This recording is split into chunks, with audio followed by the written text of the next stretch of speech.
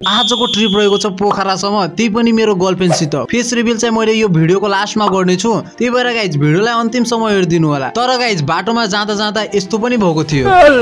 दशैंमा मेला जान्छु, केटी पट्याउँछु, तिहारमा बिहे गरेर घर बसाउँछु।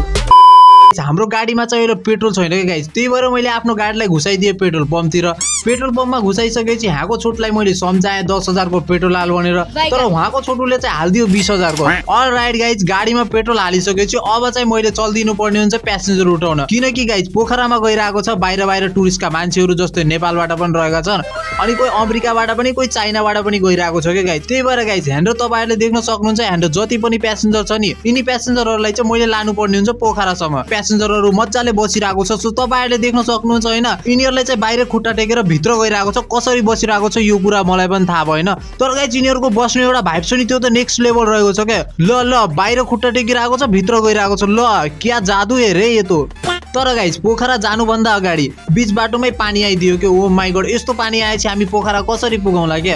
अब कतै यो बस बाइ द वे चिप्लेला केही होला, जिम्मेवारी को छ त? नेपाल सरकार त जिम्मेवारी छैन नि त। अब के गर्नु त गाइज, केही छैन, पानीलाई पनि आउन दिनुपर्ने हुन्छ, किनकि गाइज पानी आएपछि एउटा रमाइलो छ नि, त्यो नेक्स्ट लेभल रहेको छ नि त। अहिले चाहिँ गाइज हामी कर्णाली रिभरमा पुगिसक्यौँ, सो तपाईँहरूले भाइब देख्न सक्नुहुन्छ, पुल पनि यस्तो बवाल देखिरहेको छ क्या। मैले भनिरहेको थिएँ नि एक्सिडेन्ट हुन्छ भनेर, यतातिर त एक्सिडेन्ट भएर बीच बाटोमा सानो पुच्चो खसिरहेको रहेछ क्या। तर गाइज यहाँनिर को पल्ट्या छ क्या, मलाई लाग्छ यहाँनिर एक्सिडेन्ट भयो क्या।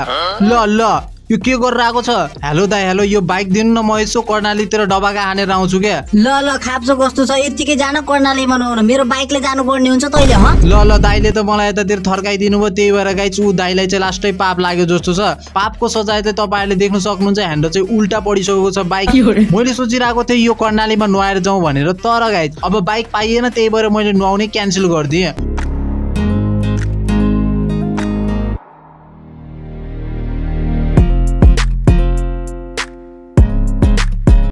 अलराइट गाइज, गाडीलाई भगाउँदै गइरहेको थिएँ, तर गाइज यहाँनिर चाहिँ मेरो यस्तो बबाल एक्सिडेन्ट भएको के।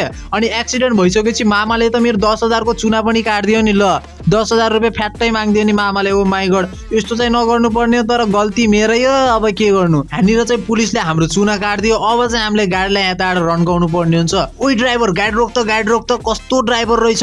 के ड्राइभर, गाडी रोक्न हामीले कस्तो भोक लागिसक्यो। ल को रहेछ कि यार गाडी रोक भन्ने वाला, सबै प्यासेन्जरहरूलाई चाहिँ भोक लाग्यो जस्तो छ कि गाइज। होटलमा आइसकेपछि हाम्रो चाहिँ हामीले ओभर बबाल तरिकाले खाना खाइदिनु पर्ने हुन्छ। कस्तो कालो भएर पनि दुईटा चकचक केटीको बिचमा बस्नु परिरहेको छु, कस्तो लाज लागेर आइरहेको छ।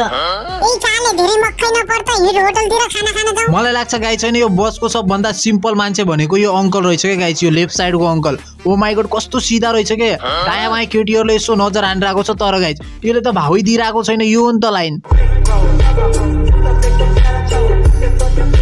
ए बुढा, जाउँ त होटलतिर, मलाई कस्तो भोक लागिसक्यो। भयो नमस्ते, होटलतिर नजाउँ होला, अब बाहिर खाना खाने सारी सबै मान्छेले तिमीलाई हेरेर बस्लान् र तनाव।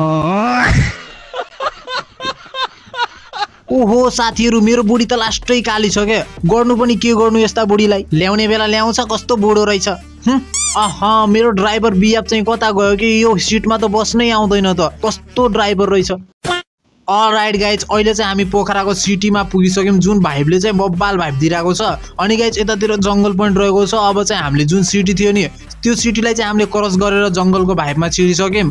ओ माई गॉड, यताको भाइब तपाईँहरूले देख्न सक्नुहुन्छ, मस्त रहेको छ क्या। तर पनि गाडीहरू पनि बब्बाल तरिकाले चढिरहेको छ, अनि यो रोड पनि सेम टु सेम नेपाल जस्तै छ क्या। हुन त नेपालकै बस छ, अनि नेपालको रोड नभएर के होला जस्तो। त्यो फेवातालमा चाहिँ यसो नुहाउन चल्दिउन होइन, किनकि गाइज मैले ननुहाएकै 1 महिना भइसक्यो नि त। ओ माई गॉड, यो फेवाताल हेरेपछि त मलाई रियल लाइफमा जाने मन लाग्यो क्या। तर ओ माई गॉड, अनि माथिको भ्यू तपाईँहरूले देख्न सक्नुहुन्छ, मस्त देखिरहेको छ, डाँडा काँडा जुन भ्यू छ नि, त्यो पनि मलाई बबाल लागिरहेको छ। सो अब चाहिँ हामीले यतातिर एउटा टिकटक पनि बनाइदिउँ न, के छ र। दशैंमा मेला जान्छु, केटी पट्याउँछु, तिहारमा बिहे गरेर घर बसाउँछु। ओके गाइज, नुहाइसकेपछि अब चाहिँ हामी निस्किनु पर्ने हुन्छ हाम्रो डेस्टिनेसनतिर, एउटा प्यारो ब्याकग्राउन्ड म्युजिकको साथमा।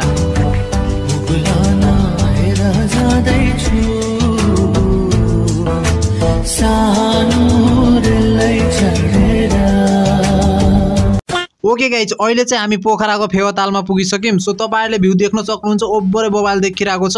अनि गाइज अब चाहिँ हामीले बसलाई यतातिर पार्क हानिदिनु पर्ने हुन्छ। त्योभन्दा अगाडि गाइज मैले मेरो गर्लफ्रेन्डलाई रिभिल गर्ने पालो आइसकेको छ। 1 2 3। कुरो चाहिँ मिल्ला जस्तो छ गाइज होइन। अब कुरो मिलिसकेपछि हामी चाहिँ यसो फेवातालतिर टिकटक बनाउन जानुपर्ने हुन्छ। सो मेरो गर्लफ्रेन्ड चाहिँ तपाईँहरूलाई के कस्तो लाग्यो यसो तल कमेन्ट बक्समा कमेन्ट गर्न चाहिँ नबिर्सिनु होला। बाँकी गाइज आजको भिडियोलाई चाहिँ यतैतिर व्यवस्था गर्नुपर्छ। यदि तपाईँहरूलाई यो भिडियो मन पर्यो होला भने like comment share and subscribe गर्न चाहिँ नबिर्सिनु होला। बाँकी म हजुरहरूसित भेट्ने छु नेक्स्ट भिडियोमा। Thanks for watching.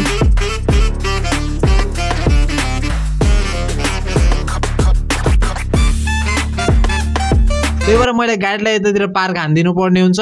सो अब चाहिँ हामी चल्दिनु पर्ने हुन्छ खाना खान, किनकि गाइज मैले खाना नखाएकै 2 महिना भइसक्यो। तर यो कुरा झुटो क्या हो यार, छ्या।